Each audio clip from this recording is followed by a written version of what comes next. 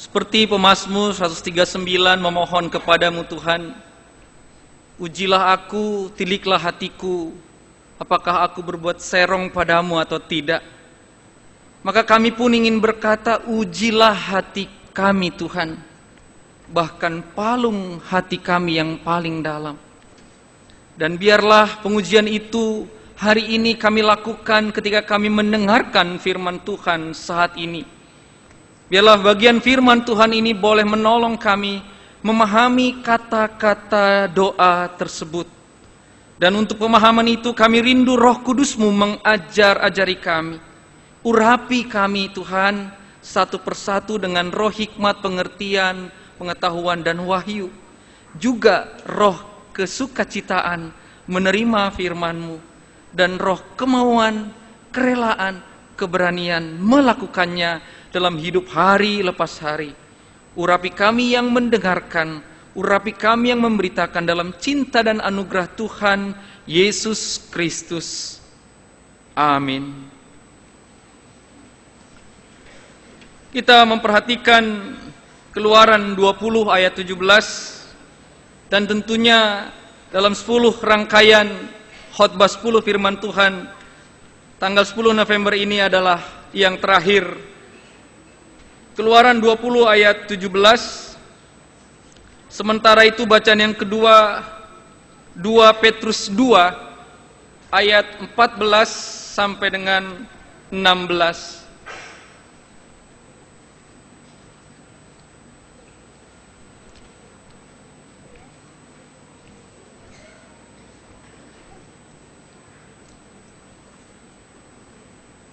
Keluaran 20 ayat 17. Jangan mengingini rumah sesamamu, jangan mengingini istrinya atau hambanya laki-laki atau hambanya perempuan atau lembunya atau keledainya atau apapun yang dipunyai sesamamu.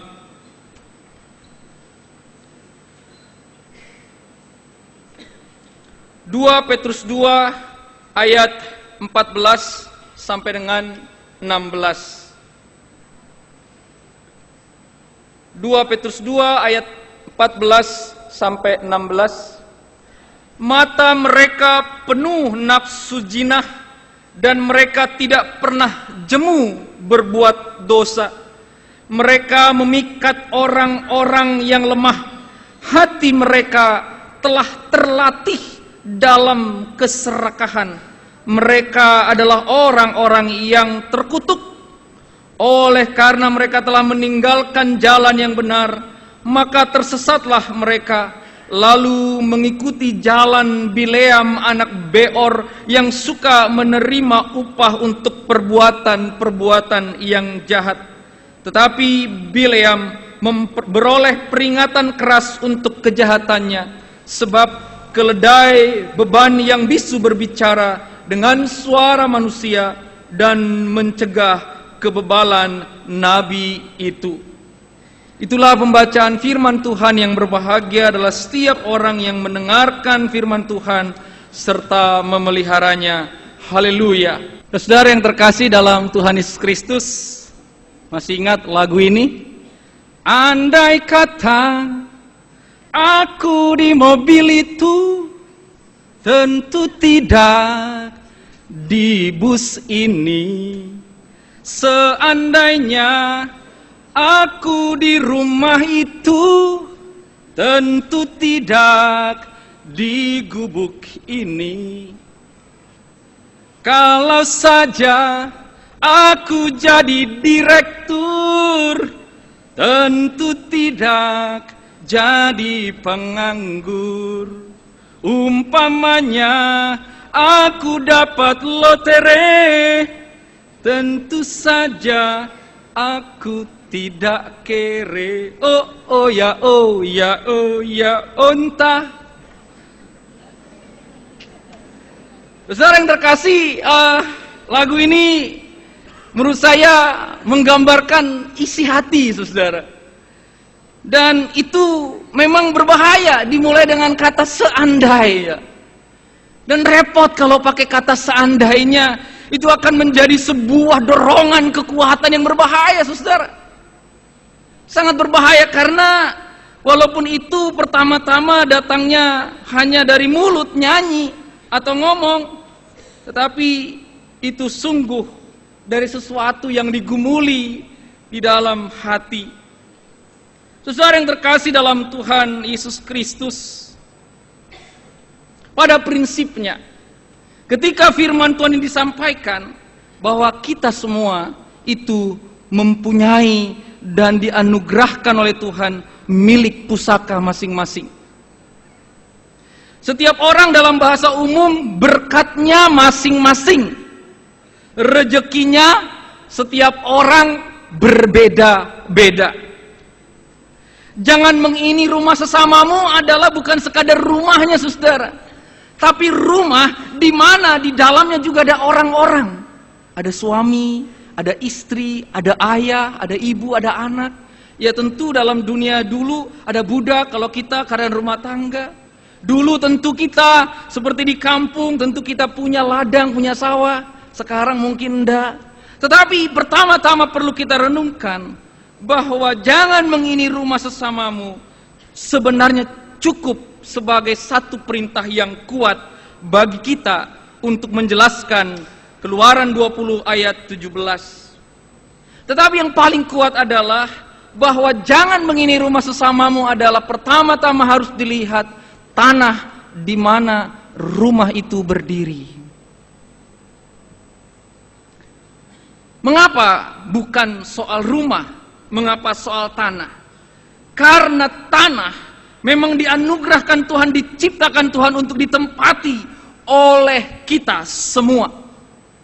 Oleh karena itu dalam bukunya Museumkan Saja 10 Perintah Tuhan, Pak Eka Dharmaputra mengatakan dengan mengutip satu orang tokoh mengatakan, kita ini apa yang kita dapat sebenarnya yang kita curinya itu.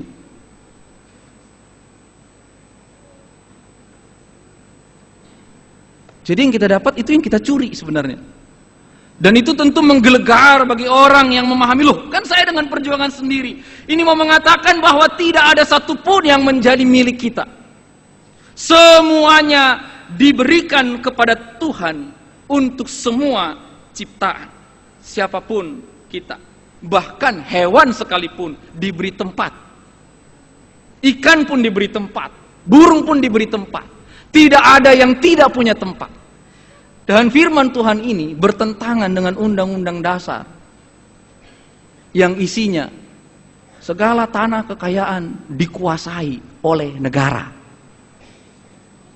Dan ini bahaya besar, saudara. Negara siapa? Pemerintah. Siapa pemerintahnya? Siapa yang milik tanah? Jadi apa-apa ini tanah milik. Tanah milik. Waduh, saudara, mengerikan sekali. Sehingga ini menjadi perjuangan yang membuat peraturan-peraturan dalam firman Tuhan pun disampaikan dengan tegas. Pertama-tama bahkan satu ayat khusus dalam Ulangan 19 ayat 4, hanya satu ayat, lembaga kitab memberi judul khusus di atasnya, larangan menggeser batas tanah. Terus saudara, belum lama ini ada seorang kawan bercerita, loh Pak, kok nggak pulang ke Medan? Ngapain pulang ke Medan? Udah pada ngerantau semua. Kadang sampai orang nggak mau ngerantau lagi karena cuma orang kalau Gunung Sindur tuh cuma jagain makam orang tua. Tapi kalau orang di Medan, jangan sampai ada yang geser batas tanah ini. Dan itu juga pernah saya dengar dari orang Solo dan Jogja. Jadi waktu ngerantau, ngapain Pak pulang? Pulang, ngapain? Kan nggak ada keluarga. Enggak, lihat batas tanah. Betapa penting batas tanah itu, saudara-saudara. Dan memang ini menjadi pergumulan di dalam perjalanan umat Tuhan menuju tanah perjanjian.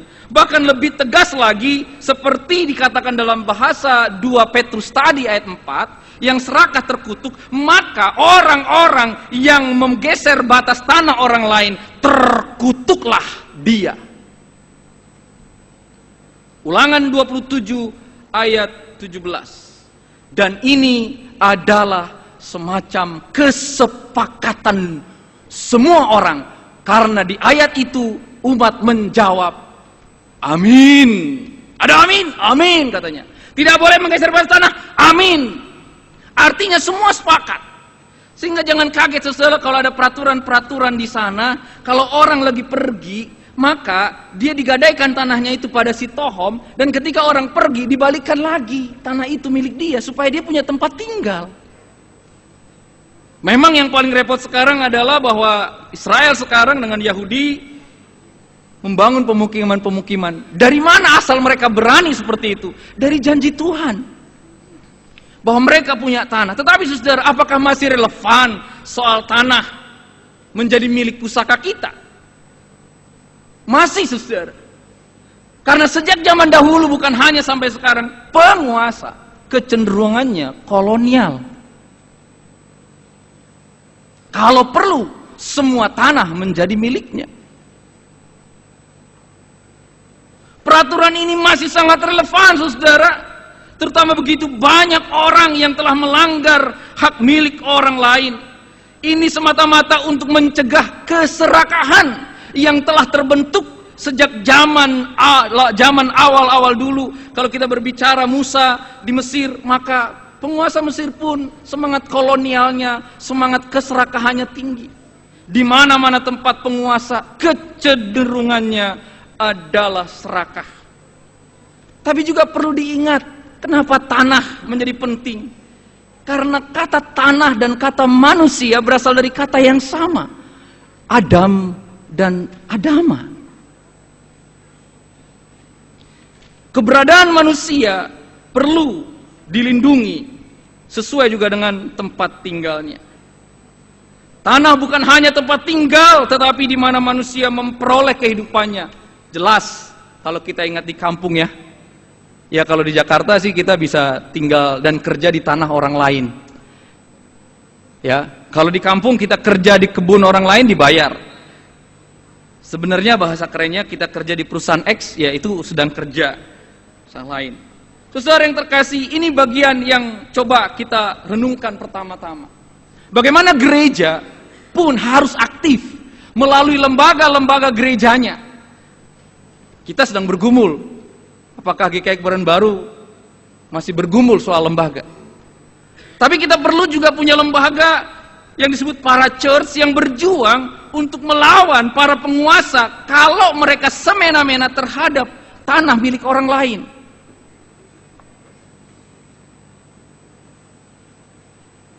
Saudara, bahaya besar ini saudara. Dan banyak sekali orang Kristen yang punya perusahaan besar-besar. Kadang tanahnya adalah tanah caplokan dengan bayaran terendah, dengan keamanan tingkat tinggi untuk menghajar supaya semakin lemah dan lelah orang-orang ini. Kecenderungannya bahwa ini menindas orang-orang miskin, karena orang miskin pasti butuh, maka dia akan segera jual tanahnya, bukan?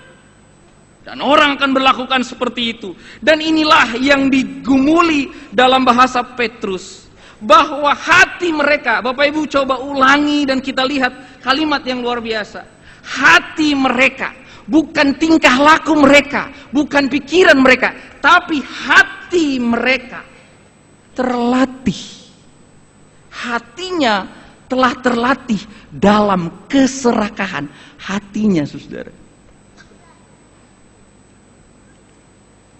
Kalau terlatih dalam bahasa yang umum, bukan hanya sekadar kebiasaan, tapi profesionalisme. Profesional, betul. Saya ingat sekali kisah seorang anggota jemaat ketika dia punya teman urusan kepemilikan tanah, soal harga A dan B, tentu tawar-menawar A atau B gitu ya. Bedanya sedikit saudara. Tapi namanya orang besar pasti bedanya tidak hanya 1.000-2.000 tentu. Bisa saja bedanya 50 jutaan atau 100 jutaan. Dan ini bergumul.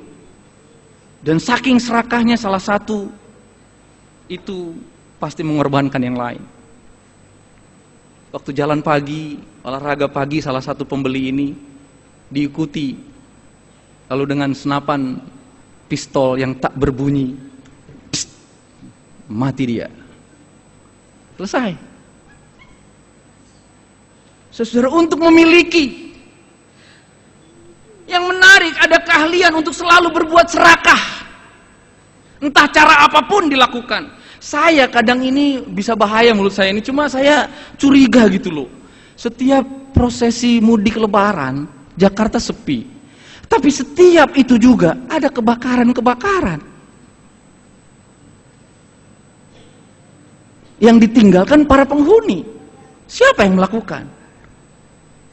Arus pendek. Listrik mati kok, arus pendek.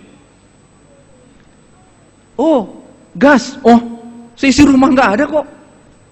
Saya suka bercanda dalam diskusi, terutama kalau diskusi politik dengan teman-teman, dengan mahasiswa STT, dikatakan itu dibakar. Bukan terbakar, dibakar. Selesai. Mengerikan, terlatih, dengan cara apapun akan dibuat, saudara. Nah, yang lebih luar biasa lagi, ini bisa jadi bagian yang menjadi akar dari melanggar perintah ke-6 dan ke-7. Jangan mengingini, ini menjadi penting, karena dari sinilah awal orang bisa melanggar perintah ke-6 dan ke-7. Kita cerdas cermat Alkitab, nggak boleh buka Alkitab, Keluaran 20 terutama, perintah ke-6 apa? Harusnya paduan suara, lengkap. Perintah ke-6 apa Bapak Ibu? Nggak cocok paduan suara. Perintah ke-6 apa Bapak Ibu? Tuh, bingung sudah. Pantesan cerdas cermat Alkitab bulan keluarga kemarin banyak yang salah. Kita sepakat dulu nih. Perintah ke-6 apa? Kita paduan suara ya. Jangan membunuh. Sekarang satu suara. Perintah ke-6 Bapak Ibu? Ini satu suara namanya. Lalu dilanggar juga perintah ke-7. Contohnya siapa? Musa. Hati dia berbunga melihat gadis cantik Batsheba. Hatinya, saudara. Karena dia punya hati yang luar biasa. Akhirnya dia menciptakan sebuah rancangan-rancangan. Itu yang dikatakan di dalam Amsal. Bahwa ada 6 bahkan 7 yang tidak disukai Tuhan. Hati yang merancang kejahatan. Karena dia melihat Batsheba, dia rancangkan hatinya. Hei, panglimaku, suruh Uria perang di depan. Suruh dia, segera, sana. Dia taruh paling depan. Kalau perlu senjatanya jangan suruh bawa banyak-banyak. Lalu pakai bahasa rohani lagi. Hai Yoab, Uria, tolong kau pegang senjata saja satu, berdoa dalam nama Tuhan. Pasti Tuhan akan memenangkan. Apa? Uria mati. Setelah mati, wajarlah raja mengunjungi kunjungan pada istri panglimanya. Wajar dong Bapak Ibu. Dikunjungi, entah bawa, kalau kita tanda kasih, pelayanan kasih kan kasih gitu ya. Tapi Daud main mata dia. Ya, matanya main sama Batsheba. Dari situ dirancangkan lagi sampai akhirnya terjadilah perselingkuhan yang luar biasa dalam Alkitab. Jangan membunuh, jangan berzina, kena Daud. Oleh karena hati yang mengingini. 2 Samuel 11. Yang kedua, saudara, kalau perintah ini pun tidak kita kendalikan, kita tidak ikuti, dia akan melanggar perintah ke-8, lalu ke-9. Apa ke-8 Bapak Ibu? Jangan mencuri. Ke-9, jangan mengucapkan saksi dusta. Dan itu diperagakan oleh Izebel, Raja Ahab dan istrinya Izebel. Ahab ingin mengambil kebun Nabot, anggur Nabot. Ahab nggak bisa. Aku ini cuma hamba. Istrinya, hati-hati ibu, hati-hati kaum istri, hati-hati kaum perempuan. Ini Izebel nih. Udah, bereslah. Tenang kau suamiku, tenang, beres. Apa yang terjadi?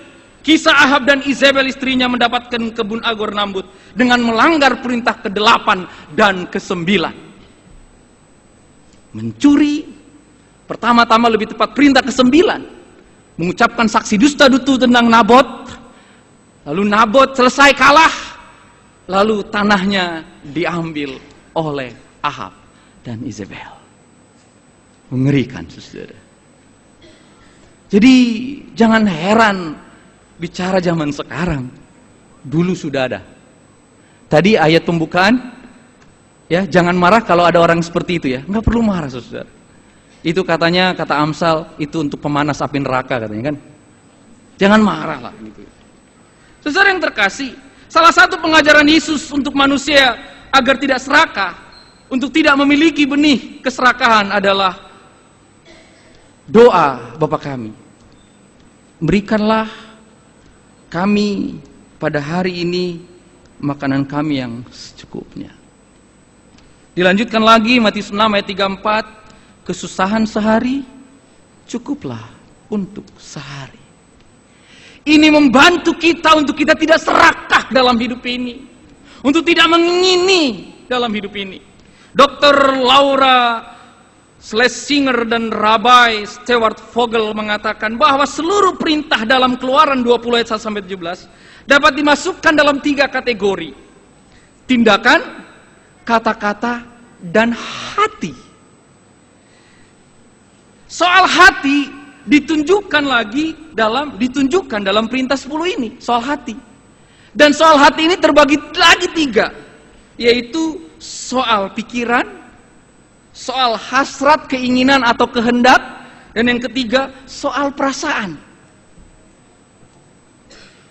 Saudara yang terkasih, kata mengingini mencakup 3 kata tersebut: pikiran, kehendak atau keinginan, dan perasaan.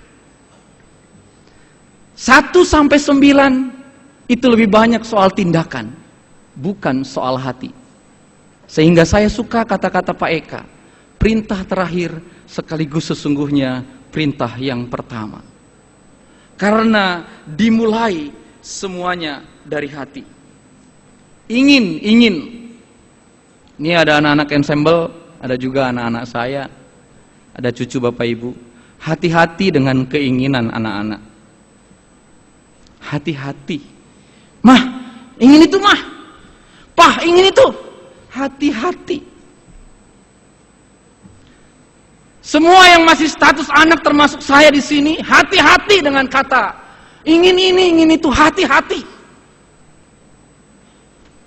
Menurut survei, anak-anak yang sering melakukan itu. Survei yang kedua yang melakukan itu adalah para istri. Mohon maaf, hati-hati para istri. Sejak zaman dahulu kayaknya belum berubah. Kalau urutannya bukan berarti laki-laki nggak ada keinginan loh, ada loh. Tapi dibicara urutan. Tolong suami cubit istrinya kalau dia minta-minta terus. Ditegur dulu tuh. Atau yang sampai hari ini masih maksa. Ini masih maksa. Kalau perlu tergapai. Saudara, banyak keluarga tumbang, banyak suami istri hancur karena keinginan-keinginan.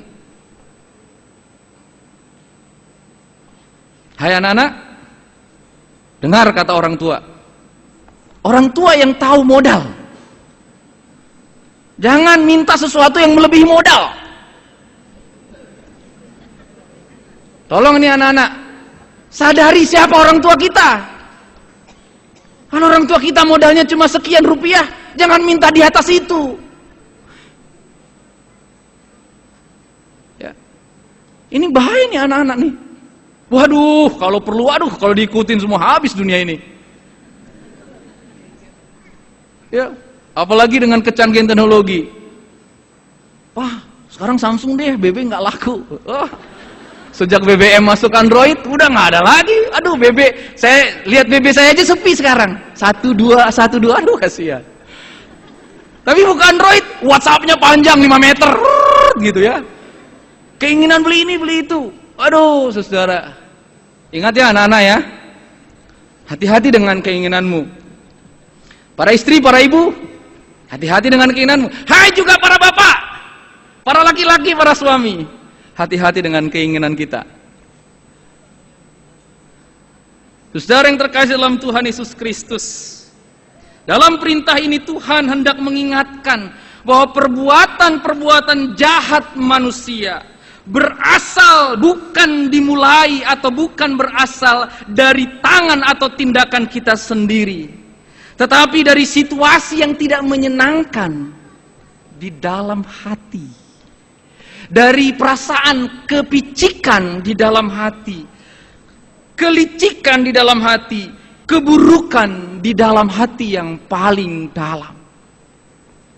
Oleh karena itu, ketika Agim terkenal, lagunya luar biasa. Jagalah hati, jangan kau nodai, jagalah hati. Dan itu terinspirasi dari kitab Amsal. Hati kita perlu kita pelihara. Saudara yang terkasih, perintah ini dalam perjanjian baru diungkapkan dengan nada yang positif. Nada positif itu adalah salah satunya penguasaan diri. Salah satu buah roh dalam Galatia 5 ayat 23. Menguasai diri. Kuasailah dirimu dalam segala hal, itu kata Petrus. Kuasailah dirimu dan jadilah tenang, itu juga kata Petrus. Kenapa Petrus? Kenapa Petrus mengingatkan juga soal teks kita? Karena Petrus sesungguhnya adalah orang yang punya dasar buruk serakah. Kalau perlu apa-apa dia ingin selalu menonjol. Betul? Lihat, Tuhan, sekalipun mereka macam-macam, gua enggak. Petrus. Dan ini juga perlu menjadi refleksi kita terhadap diri kita masing-masing, seperti Petrus merefleksi dirinya. Dan yang terakhir saudara, untuk memahami hal-hal yang positif ini, hal-hal yang luar biasa ini, Tuhan memperkenalkan kepada kita apa yang disebut di dalam bahasa keren, penata layanan. Atas apa yang kita miliki? Uang, tata layani uang kita. Dia bukanlah subjek, kita subjeknya. Uang itu objek.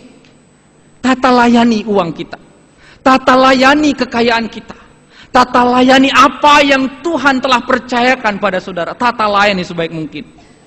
Hal-hal praktis yang sederhana adalah belanja dengan mencatat apa yang harus dibelanjakan. Banyak hal. Contoh yang lain saudara, yang ingin saya sampaikan sehubungan dengan bagian terakhir ini adalah bahwa kalau kita menata layani hidup kita, itu akan membuat orang lain senang dan bahagia. Dan ketika orang lain senang dan bahagia, itu menjadi berkat tersendiri bagi kita. Saudara yang terkasih di dalam Tuhan Yesus Kristus, saya percaya dan sangat yakin, supaya hati kita selalu bersih, supaya hati kita tidak hancur dan menimbulkan kesan, tindakan, kata-kata yang lain, kita harus olah hati itu dengan luar biasa. Kita orang Jakarta pasti sumpek. Belajarlah mengambil waktu meditatif dalam kesendirian, mengolah hati, melihat kemacetan kota Jakarta, melihat keributan di sana sini. Saudara, karena dia sulit ditebak, hati sulit ditebak. Dalam laut dapat diduga, hati seseorang enggak. Tapi orang yang terbiasa memelihara hatinya dengan firman Tuhan, ini akan lebih mendorong kita selalu menghasilkan energi-energi yang positif. Beranikah mulai detik ini Bapak Ibu keluar dari kebaktian ini, atau mulai hari Senin besok, tentu dimulai hari ini, bahwa kita keluar rumah siap mengeluarkan energi positif.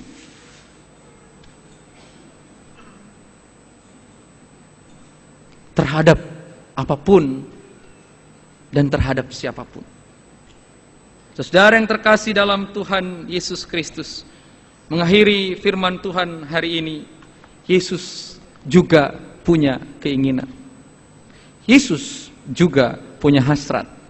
Tapi yang Yesus katakan, keinginanku ialah melakukan kehendak Dia yang mengutus aku.